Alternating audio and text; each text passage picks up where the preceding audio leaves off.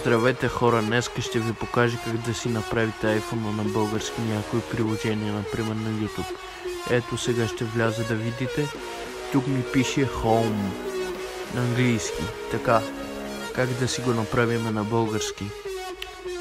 Влизате в Settings, после влизате в General, после влизате в Language и влизате тук горе, търсите, пишете Б, У и ето български.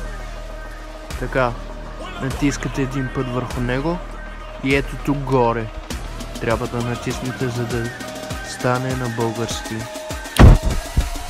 Така, аз сега не мога да го направя, защото ще спре да снима, но ще ви покажа след като се върна.